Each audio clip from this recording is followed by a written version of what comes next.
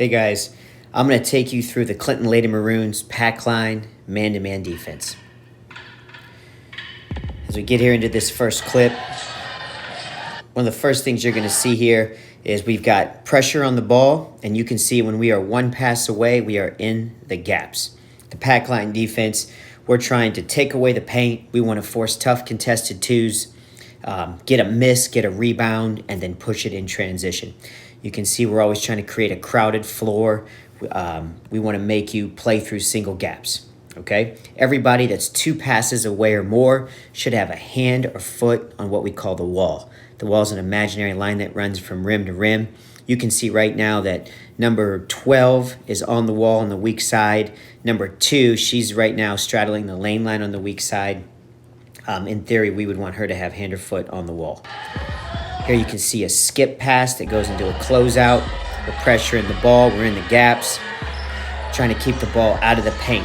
Here's a little DHO and a kick out, and you can see us take away a baseline drive. You can now see zeros in a gap, and then there's bodies in the paint. We're crowding the floor, trying to keep our opponent on the perimeter. Again, one of the things you're going to see a lot is 6 eyes on the ball. You got 2 eyes from your on-ball defender, and then your off-ball defender's 1 pass away with a set of 2 more sets of eyes to give you 6 eyes on the ball. We'll go ahead and move it forward. You can see him trying to drive into a gap, and then we're taking the paint away. Here you're going to see a dribble handoff. You're going to see 2 back up and allow 25 to skinny through the gap.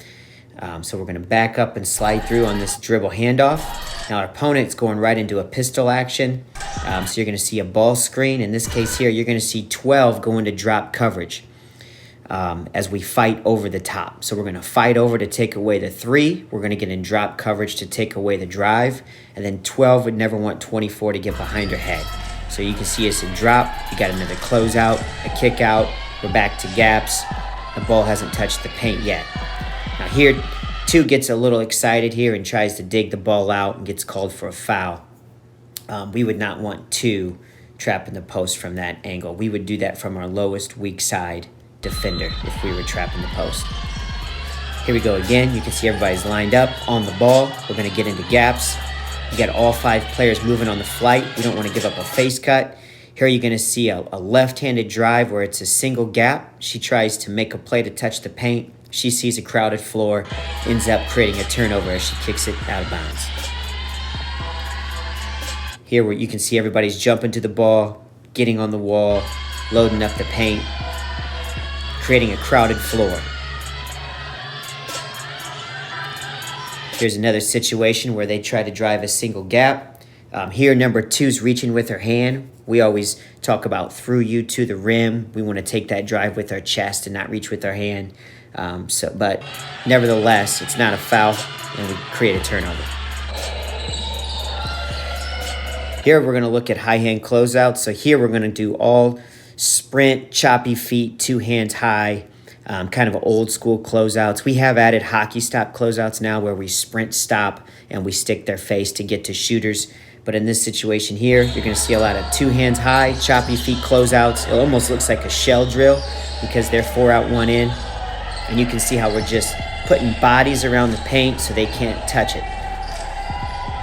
Here we're going to kick out, and we've got a post handling the ball, and we get a turnover with the travel. Here we are again, just pressure on the ball, make them uncomfortable, and then jump to the ball. Don't give up a face cut. Bodies in the paint, don't allow them to drive it. Here there's a single gap drive, and you can see she drives right into a body, which leads to a turnover.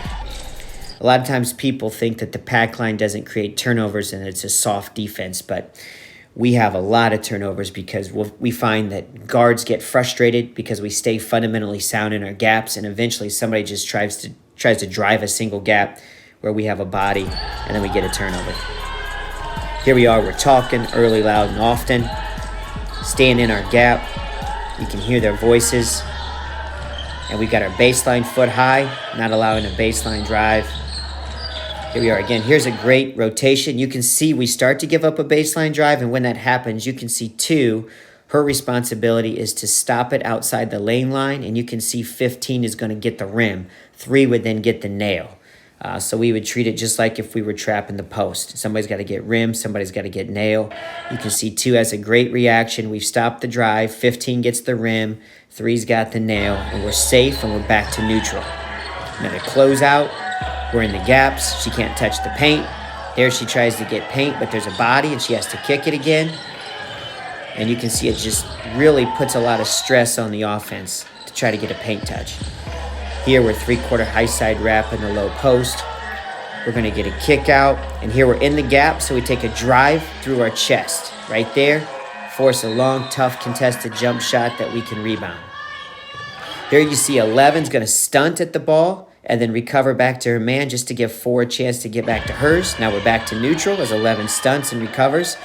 And then now you're going to see 23 get in a gap, take a drive right through her chest. Right there, she gets the charge. Through you to the rim. Here we're going to get a dribble pickup, which we call stick. So then we would deny in that situation. We got a closeout. We're in gaps. We're shrinking the floor. She's going to dribble and pick it up. And here you can see 15 on the weak side is now in denial.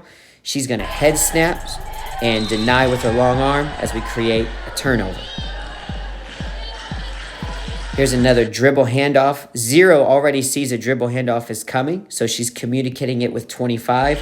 She's going to tell 25 handoff. She's going to back up and allow 25 to slide through the gap. Now again, this team is in pistol action, so 24 is going into a ball screen. So here we can see 3 is going to get into drop coverage. So we get through the gap. 3 goes into drop coverage and 25 fights over the top. So 25's going over because this is in shooting range. She's going to take away the 3. 3's taking away the drive to the paint, and 3 doesn't want 24 to roll behind her head. You can see our weak side help. We're in the paint. Our hands are up, and we're creating a clogged floor as we try to tag that roll guy here. It leads to a turnover. Now, if you run a lot of wing ball screens, one of the things we will do is we will ice the wing ball screen. So here you can see number 3 has jumped on top, and she's forcing 12 to refuse the ball screen. So we're not going to let her use it. You can see that 4 is down there to cover the block. As the ball gets turned to the other side, 13 is going to jump on top. Here you can see 13 jump on top to ice it. 2's running to the block because she doesn't want to give up the drive because she was guarding the screener. And then everyone else is loading up the wall. As we take away that, and now we've forced another long, tough, contested jump shot that we're going to rebound. Here you're going to see us what we call choke in the post, which is when we trap it. So if the ball gets thrown into the post, our lowest help side defender, in this case it's 2, is going to come over and put her chest on the inside shoulder. We don't want 25 to be able to turn and fan it back out to the middle of the floor. Our post defender is going to make sure that she takes away the baseline drop step. 25 over here, who was guarding the passer, her job is to fingertip touch the pass coming back out. We should see 3 move to the rim, and 0 should get to the nail. We always want to zone the rim and zone the nail. And you can kind of see that happening here. We've zoned the rim and the nail. 25 does get caught a little bit in no man's land as she tries to dig, and her job right there really is to take away the pass coming back out. We call that capping the pass. So here we're going to get a kick out. We're going to get a ball screen. We're in drop coverage, so we fight over, and then everybody's got to hit, find, fetch as we secure the rebound. That's the Clinton Lady Maroons pack line defense.